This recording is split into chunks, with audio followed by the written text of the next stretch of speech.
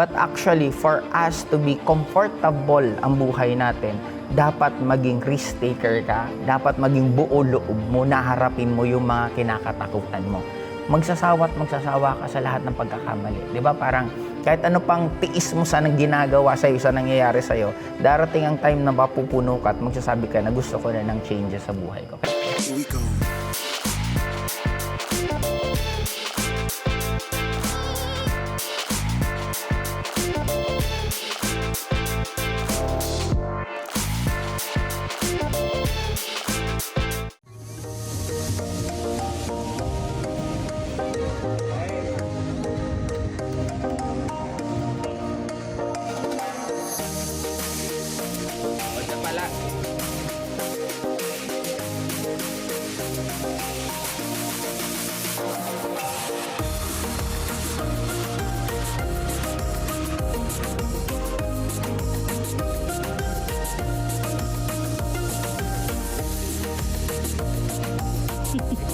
Ano yun? 200?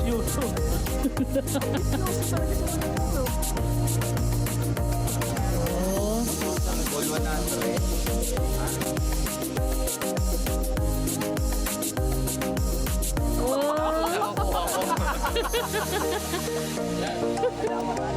Babawian.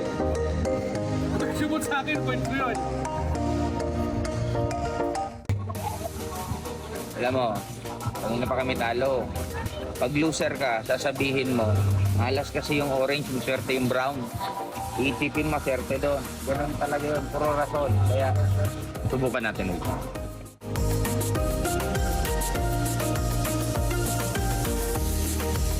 Oh, 50.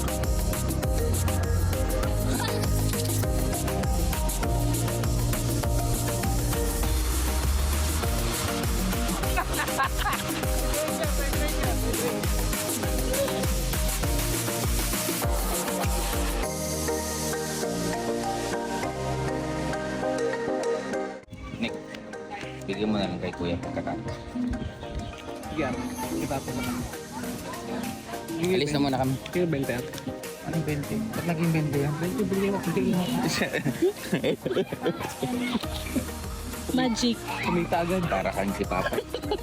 Nagtip ako 100 sa restaurant. Pagtayo ni Papa, pinalitan ng 20.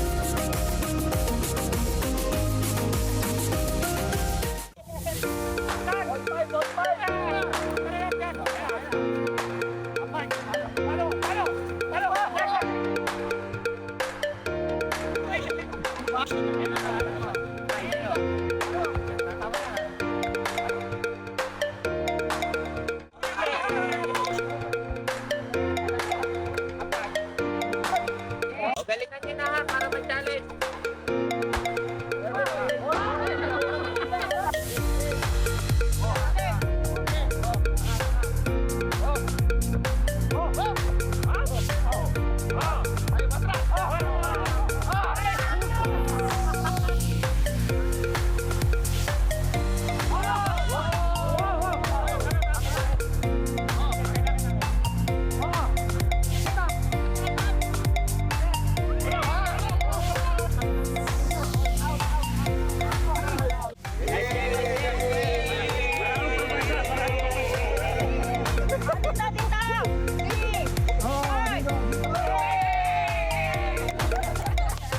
Hi classmate, dito na kami ngayon pagkatapos namin mag-dinner. At itong dalawang katabi ko, hindi lang po dinner ang ginawa, breakfast, lunch, and dinner. Sino ang first time mo mag-El Nido? Hindi. El Nido, first time. First time mo rin. Halos karamihan sa atin, si Odette and Don lang. ang hindi first Oo, time. si Odette and Don lang ang timers. Okay. Pero personal trip nila yon. Okay. Classmate, nandito kami ngayon and sabi ko magkwentuhan na lang kami. Habang nagkakwentuhan, isasabay na po namin kayo. Kaya sabi ko kung may tanong sila sa akin, gawin na lang nila sa vlog para at least maririnig nyo rin. So ako siguro mauna. Sige. Baka yun. Na question ko, bakit ba majority ng mga Pilipino mahirap? Bakit majority ng Pilipino mahirap? Una, ang pinakatotoong reason talaga, based sa economy muna tayo. Sa economy, ang pinaka-isang reason is design talaga ang ekonomiya na maraming mahirap kasi hindi ka pwedeng maging mayaman kung walang mahirap. Parang sa school, hindi naman pwedeng magkakaroon ng first honor kung walang second honor, third honor. It is designed that way the economy. Pero kung lalakihan natin, ba't hindi nagiging first world country ang Pilipinas? Okay. Una, nasabi ko na to sa isang vlog ko na ang daming nag-bash, ang daming nagre-rebat. Kasi doon ko rin na-realize na minsan, ang hirap magbigay ka rin ng statement sa vlog or sa online nang hindi mo ma-explain ng sobrang todo. Kasi may isa akong natutunan eh. Pag tatanggihan mo pa lang isang tao, huwag mo siyang tanggihan ng no. Kasi ako ang hilig ko ng ganun eh. Parang dami ko nang ginagawa sa buhay ko. Pag ayoko. Diretso lang yes or no. Ang pangit pala nun. Kasi example, ikaw manghihiram ka ng pera. Pahirap. Sabi ko, hindi pwede eh. Magkakaroon ka ng interpretation sa pag-reject ko sa'yo, the worst scenario as possible. Ibig sabihin, ang iisipin mo, siguro kaya hindi ako piniram kasi walang tiwala sa akin. Siguro grabe yung sama niyang tingin sa akin. Laging ganon. Dapat pala, pag magre-reject ka ng offer or ng proposal, lagyan mo na ng explanation. Example, pautang ko, Weng, pasensya ka na ngayon kasi may napagkagastusan lang ako. Kagagastos ko lang sa ganito. Medyo tight din kasi ang budget ko. Kaya, hindi mo na kita mapapahiram. Therefore, hindi ka na makakagawa pa ng bagong conclusion dun sa statement ko. Kaya, ganun pa lang isang dapat kaya natutunan ko rin sa online na sa pagbablog. Di ba, may mga videos ako na iba ng daming bashing. Kasi, ako pa naman, minsan, ang hilig ko na, ito sagot ko, kung di ka na magtatanong, bahala ka, i-interpret mo, di ba? Parang ganon. Ang daming interpretation. Kaya nasabi ko to na, ang Filipino, kaya mahirap, kasi majority is tamad. Napakalawak nun. Nasabi ko, na-explain ko na isa, tamad ang farmer. Sabi nila, paano naging tamad ang farmer? Hindi mo ba alam kung gaano maghapon yan, nag-aani, nagaganito, Pero ang point ko, kaya siya tamad, hindi sila nag-upgrade, nag-aaral ng panibagong skills, nag-aaral na rather than maging farmer sila, pwede silang maging trader. Pag sinabing trader, sila na magbenta ng produkto nila. Kasi pag bibilin sa'yo sa farm gate na tinatawag, example, nagtanim ka, tapos doon pupunta sa'yo bibilin, ano talaga, tatagain ka. Kasi negosyo eh. Ang negosyo, hanggang kaya mong makatipid, magtitipid ka kasi dagdag kita mo yun eh. Ngayon, since si mga farmer, wala sila masyadong options, hindi sila nakakapagkaroon ng sarili nilang, yung demand ng sariling price. Kaya yun ang explanation ko sana ba't nasabi ko na tamad ang farmer. Kasi ang daming ways na para ka pwedeng umasenso at mag-aaral, bakit hindi mo siya ginagawa? Pero pinakadulo yun, tamad ang Filipino kasi hindi tayo marunong bumoto ng tamang politiko. Na parang kung kayo papipiliin, example, sasakay ka ng eroplano. Nung sasakay ka ng eroplano, may dalawang pagpipilian ka na magiging piloto. Yung unang piloto na magdadrive is nag-aral pagiging pilot, 20 years ng experience sa pagiging pilot, talagang napakagaling niya maging pilot. Yung pangalawa na piloto, sikat, guwapo, marunong sumayaw ng budots, di ba? Nakakatawa. Kanino kayo sasakay? Doon sa marunong. Doon sa number one. Bakit sa politics hindi ganun? Bakit ang pinapaupo natin, yung sikat, yung pogi, yung may name recall, yung nagpupunti? No, ang point ko is, bakit hindi tayo mag-research ng mabuti kung sino dapat ang iboto? Para maupo yung talagang deserving, yung talagang love nila yung craft nila. Hindi lang yung ang habol, minsan negosyo na lang eh. Tamad tayo in a sense na hindi tayo marunong pumili ng tamang politiko, hindi tayo nagre-research kung sino sila, hindi natin nire-research kung ano yung mga nagawa na nila, kung meron bang track record o wala. Napakatamad natin. Third, una, economy na talaga yun, design talaga na marami ang mahirap kesa sa mayaman. Kaya nga ang point ko doon, classmate, pili ka anong gusto mo. Diba, saan kang side? Parang diba sinasabi sa atin minsan, may mga ibang nagagalit sa atin na why we choose na maging entrepreneur. Ang sabi ng iba, paano na lang pag walang empleyado? Pero ang point natin, di naman natin sinasabi na mawawala eh. We just choose yung ganitong klaseng decision kasi ganitong klaseng lifestyle ang gusto natin. Kaya number 1 is design sa economy. Number 2, tamad talaga tayo. Majority tamad kasi nandyan naman lahat, pwede mong ma-research. Number 3, corruption. Corruption, grabe ang corruption sa atin. Pero kanino ba talaga ang kasalanan? Sa politiko ba? O sa botante na bumuboto dun sa mga politikong ganon? Sino ang nagpo-push ng corruption? Yung botante. Bakit? Hindi ko yan iboboto kung walang ibibigay. 1,000 dyan, 2,000 dito. Dito ako sa 2,000. Hindi pa nakakaupo. Pumipila na sa bahay nila ang mga botante sa mga bahay ng politiko. Grabe, may isa akong kaibigan na politiko na ultimo pang excursion. Di ba? Ang pang excursion? Pang outing. Nanghihingi. Sabi ko, binibigyan mo? Sabi niya, oo. Minsan nga, weekly pa nga nandito sa bahay. Kung ano-anong rason, binyag, patay, ganyan. Nagbibigay ko, para hindi pwedeng tumanggi. Sabi ko, kaya ayaw ko maging politiko. Sabi ko, baka pagalitan ko ba yan? Kaya, kumbaga, kung gusto natin maging maayos ang Pilipinas, magsisimula sa atin din eh. Kaya nga, ako in my own small way, bakit ko ginagawa ang vlog na pwede ko naman siyang hindi gawin? Pero sabi ko, baka makatulong.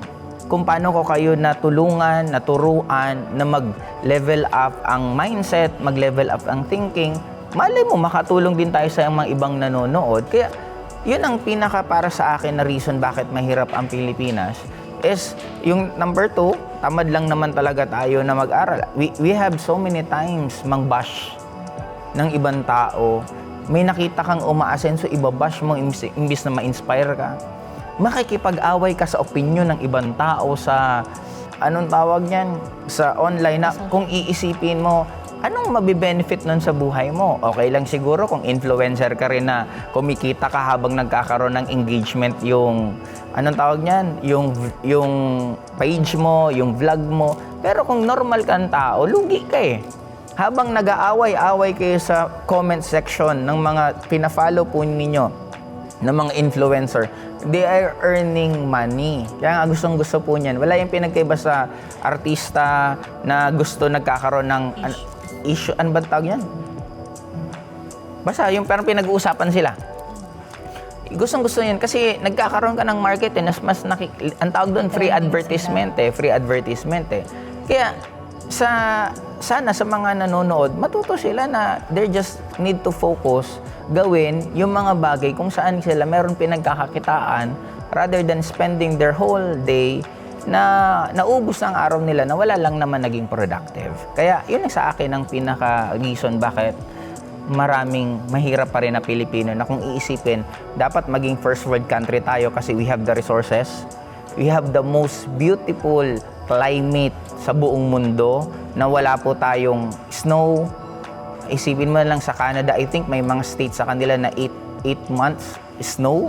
Hindi nakakatuwa ang snow kasi ilang beses ko nang na-experience ang snow. Hindi, maganda lang siya sa picture, maganda siya sa videos, pero actual na nandun, hindi siya comfortable. Kaya sa atin, imagine mo, we have all the beaches, ang gaganda ng beach natin, ang dami natin natural resources na kailangan mismo ng mga iba't ibang countries. Diba? Kaya natin maging first world eh kung magsisimula ang pagbabago, hindi sa taas eh. Magsisimula ang pagbabago sa baba. Kasi mababago naman yung taas pag nagbago yung baba eh. Hindi na makakaupo. Sana nga ang maging batayan ngayon ng pagboboto, yung politikong pinakagumagastos ng malaki, silang wag iboto eh. Kasi syempre gumastos siya ng malaki, anong gagawin yan? Babawi. Kadalasan, babawi. Eh, pag babawi, hindi naman mababawiin sa sweldo alone eh. Diba? Kaya, wag na natin ilagay ang isang parang tao sa isang sitwasyon na wala siyang choice. 'Di ba? Kung ang magiging patalinuhan, pagandahan ng mga gustong gawin, debate dito, debate dun sila para mapagpilian ng maayos. Malay mo, hindi ko sinasabing tama or perfect yung suggestion ko, pero gusto ko na rin ng pagbabago din.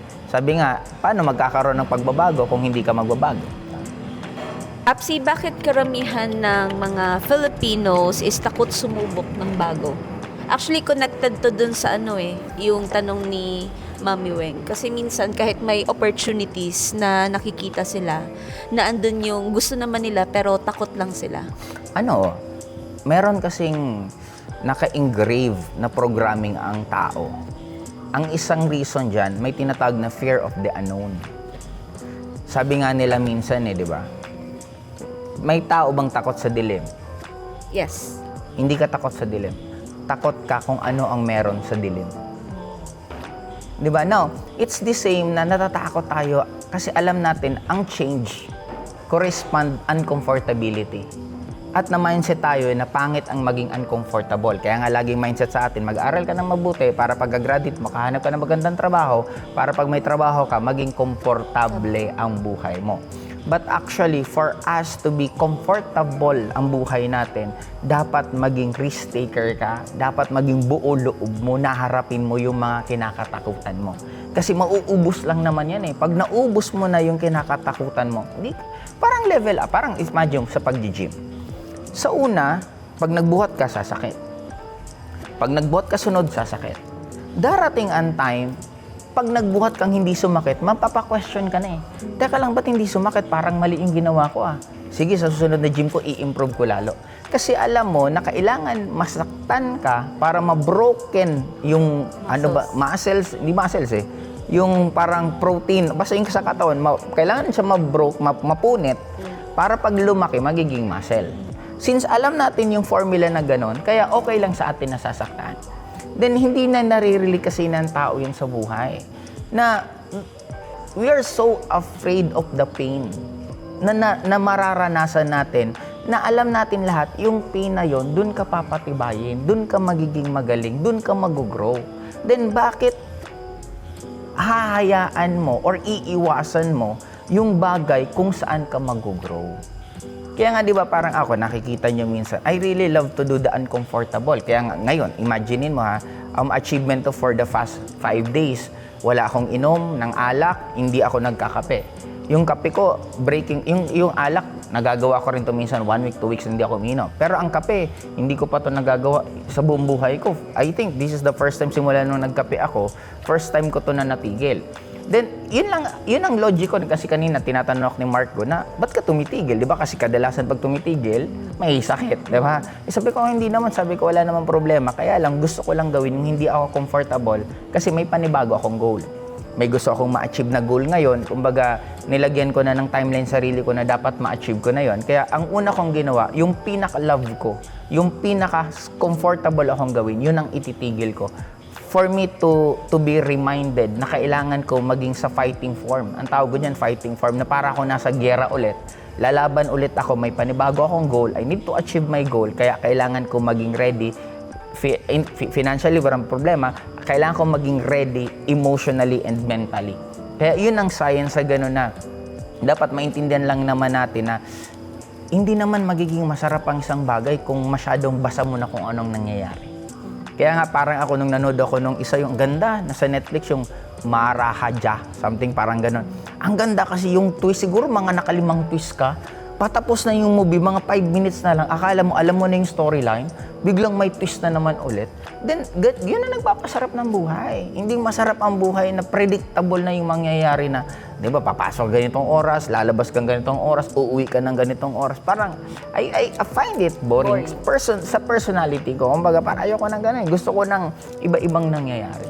Kaya yun sa akin na takot lang tayo maging uncomfortable, na hindi nila alam, hindi nyo lang alam, classmate, nandun yung pinaka-sweetest na ma-feel nyo at mararamdaman nyo sa buhay nyo, yung bagay na akala mo takot ka, pero pag timo yung nangyayari sa katawan mo, yung parang gumaganon ka na, di totoo kasi lahat tayo, ilang beses na natin siya paulit-ulit na parang, ikaw, takot ka dati magtiwala sa sarili mo, shadow ka lang dati ng husband mo, na sinabihan kita before na, Weng, napaka-potential mo, magaling ka, may ganito ka, ang tagal, ilang push and pull tayo no na pupush na naman kita, lalakas naman loob mo. Pag naiwanan naman kita, gagana na naman. Ipupush naman kita. O ngayon, di ba? Nung isang araw, kalalabas mo lang ng sasakyan mo. Then, for me, ganun lang ang buhay na dapat maintindihan natin. Sabi nga, there's nothing wrong being wrong. Kasi kailangan magkamali para matuto, para maitama. Yun. Ang importante sa mundo, hindi naman na nagkamali kayo. Ang importante sa mundo, tinuloy-tuloy mo lang. Kasi magsasawa ka sa lahat ng pagkakamali. Di ba? Parang kahit ano pang tiis mo sa ginagawa sa'yo, sa nangyayari sa'yo, darating ang time na mapupuno ka at magsasabi ka na gusto ko na ng changes sa buhay ko. Kaya dapat punuin mo lang ng mabilis ang sarili mo para mabilis ang changes. Follow-up question. Sige. Kasi karamihan ng Filipinos, diba, meron tayong limiting belief sa sarili. Kaya ayaw nating sumubok. Paano siya nabubuo? Kasi parang katulad na lang sa akin, I am very grateful kasi na-mentoran mo ako. I started in this industry when I was graduating. Tapos, pinalaki talaga ako na Graduating, ilan taong ka nun? 21. 20. Ilan taong ka na ngayon? 38. Tagal na natin magkakasama. Oo. Grabe. Imagine mo, pinalaki ako, diba, ng mama ko na conservative family, dapat sumunod ka lang sa magulang. So, hindi ako marunong magrason.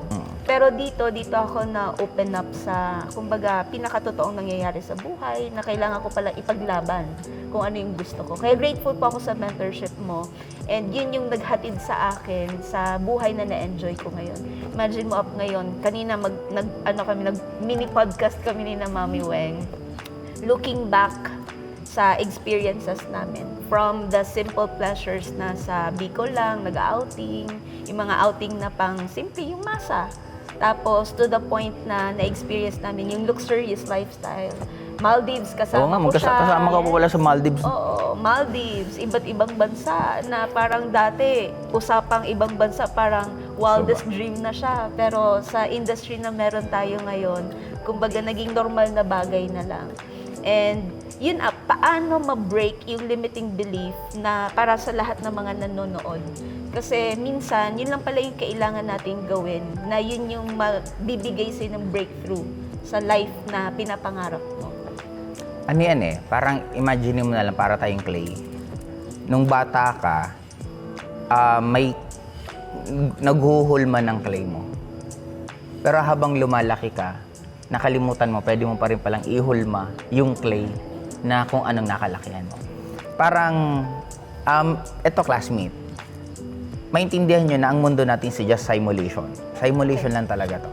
Ngayon, meron 3 level ang simulation. Number 1 level ng simulation, ikaw yung character. Ibig sabihin, kung sa computer games, ikaw si Mario.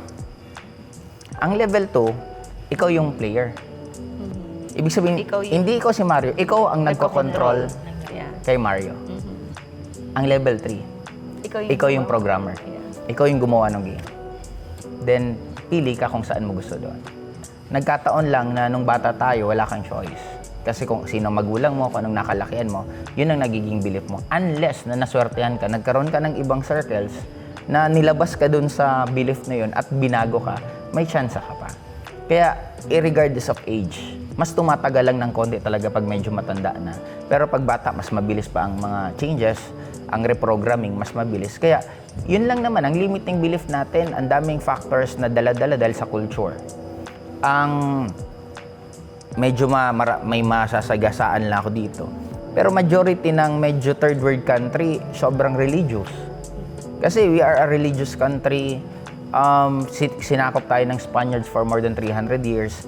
Maraming kaugalian natin na namana natin sa Spaniards katulad ng pagiging luxury ng life, yung mga occasions. Galing yan sa kanila. Since ang dami natin namana ng mga belief na binababa tayo. Kaya nga yung pagbabaw, it means na mababa tayo Kumbaga parang superior ang mga Spaniards, kaya tayo nagbabaw sa kanila. Nadala-dala natin hanggang ngayon. Yung, di ba, term nga sa atin, Indio, alipin sa gigilid, alipin sa namamahay. Kaya hanggang ngayon, majority sa atin, instead na, di ba, pag binibigkas nga natin na, pwede ka na maging businessman. Pero sasabihin na, mas, paano na lang maging empleyado? But end of the day, namana lang natin yung belief at culture na yon sa iba't ibang lahi. Kaya ang daming limitation natin. Sabi ko nga parang kung i-analyze, may mga ibang ano dati na na-insecure sa atin ng sobra, ang ibang countries. Kaya inulit-ulit tayo, binalikan tayo. Parang Africa, ang daming mga culture ng Africa na kinuha ng ibang countries. Ang rap, Africa galing. Hindi yan galing sa US. Pero sino ngayon na ang Africa napakayaman, pero anong ginawa? Grabing kinuha sa kanila mga resources, pati ano ngayon, masyado silang, ano bang term sa ganyan? Yung sa PNG na lang, try to imagine, PNG, hanggang ngayon, may mga ano doon na hindi marunong maglaba. Ang paglalabas sa kanila, kukuha ng damit, ilulublob sa tubig, pagtaas, yun na. Ganun ang paglalabas sa kanila. No, try to imagine, paano ang dami ng civilized na world, sila hanggang ngayon. Ganun pa, kasi may nagko-control. Kaya sa atin ganun din na we are just being controlled na hindi natin alam. Kasi nga, we're so busy na binigyan tayo ng maraming mga occasions, maraming sinusundan na mga kung ano-ano na nalilihis. Imbis ituro yung reality, ang tinuturo yung hindi. At makikita mo yan sa hilig ng mga Pilipino. Makikita mo na pansinin mo bakit ang nagtitrend lagi yung medyo mga hindi makabuluhan. Kasi we love that. Yun ang nagkasanayan natin rather than na dapat ano yung makakatulong sa pagbabago ng buhay ko, ano yung pwedeng makatulong para mas maging maganda ang relationship ko. Hindi gano'n eh. Kaya sa akin yun ang pinakadapat na maayos lang. Na pag ang Pilipino maniniwala na lahat magagaling naman eh. Ang tao magaling lahat. Kasi gaano kagaling tayo. Walang billiard sa Olympics dahil kay Efren Bata Reyes. Lahat may nagdidiskusyon ng GOAT. GOAT sa soccer or football. GOAT sa basketball. Lebron ba, si Kobe ba o si Jordan ba? Pero walang question pag GOAT sa bilyar. Sa bowling, napakagaling ng Pilipino. Kaya nga minsan ang sakit sa mata tingnan na bakit tayo pinapayagan natin na hanggang dyan lang tayo, na kaya natin. Hindi naman mahirap ang Pilipinas. Paano naging mahirap na? Tingnan mo, nakapunta na kayo sa daming lugar dito sa Pilipinas na magaganda. Paano mo sasabihin mahirap? Diba? Hindi totoo. Pinaniwala lang tayo na mahirap. Sabi ko nga, parang ganito yan eh. Ito yung magiging ano ko na. What if ganito? Example, magulang ko kayo. Or example, may magulang tayo. Yung magulang natin, alam natin na mayaman. Sobrang yaman. Tapos tayo nagko-commute. Tayo ang kinakain natin, yung simpleng pagkain. Namumuhay tayo sa pinakasimple. Anong mafe-feel mo sa magulang mo? Magtatampo. Magdududa, iko-question. Ang alin? Bakit ganon? Yung life namin. Okay. In short, hindi ka matutuwa sa parents mo. Okay. What if mahirap naman magulang natin? Mahirap magulang natin, mahirap din buhay natin. Magko-question ka ba? Hindi. Magagalit ka ba? Hindi. What if ang Pilipinas napakayaman? Sinasabi lang na mahirap para hindi mag-question yung mga taong nasa baba. What if bumabagyo pala ng pera ang nasa taas? Pero sinasabing mahirap ang Pilipinas, mahirap ang Pilipinas, mahirap ang Pilipinas para wag tayong mag-question. What if lang? Hindi ko naman sinabing yun ng totoo. Nag-iisip lang po. Diba? Parang what if? May question mo ba kayo? Speaking of pagyaman, Mm. kailangan ba talaga ang additional source of income? Kung sobra na yung kinikita mo, hindi na. Pero kung kulang pa, matik, kailangan. Kaya nga, napakaganda right now ng mga opportunities kasi ang daming opportunities na hindi kakalabanin yung work mo. Ibig sabihin, pwede ka pa rin naman magkaroon ng sideline na may trabaho ka pa. Kasi dahil sa online na ngayon, ang dami ng opportunity sa online na dati, para ka magkaroon ng bagong pagkakitaan, magre-resign ka sa work mo. But right now, hindi na. Kaya sa akin, napakasimple lang eh.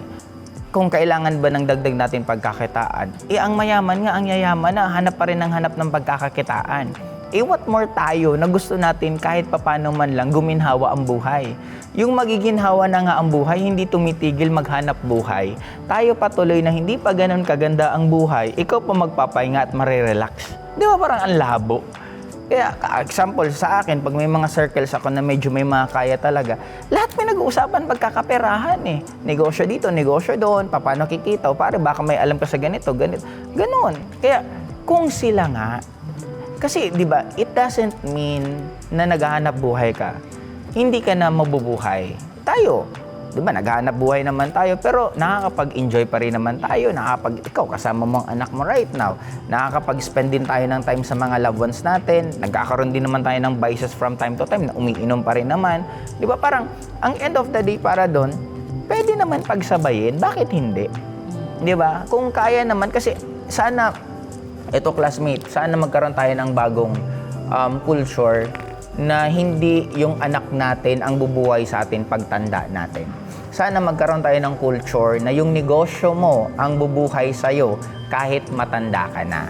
Kasi minsan nagiging unfair din sa mga anak na parang sila tuloy yung nagiging, gatasan ng magulang, di ba? Pwede naman maghanap ka ng stable habang if you are still young and you are earning more than what you need, maghanap-hanap ka ng ibang pwedeng pagkakitaan pa para at least yung mga dagdag na pagkakitaan mo, pag time na hindi mo na kayang magtrabaho, pag time na pagod ka na magtrabaho, at least meron ka pa ring negosyo na bubuhay sa'yo hanggang next life. Meron ba? Kaya kung wala na, aalis pa po kasi yung nagbibideo sa akin. Nakikita ko po yung mukha niya eh. Kailangan pa daw nilang pumunta doon. Kaya paalam na kami! Bye-bye!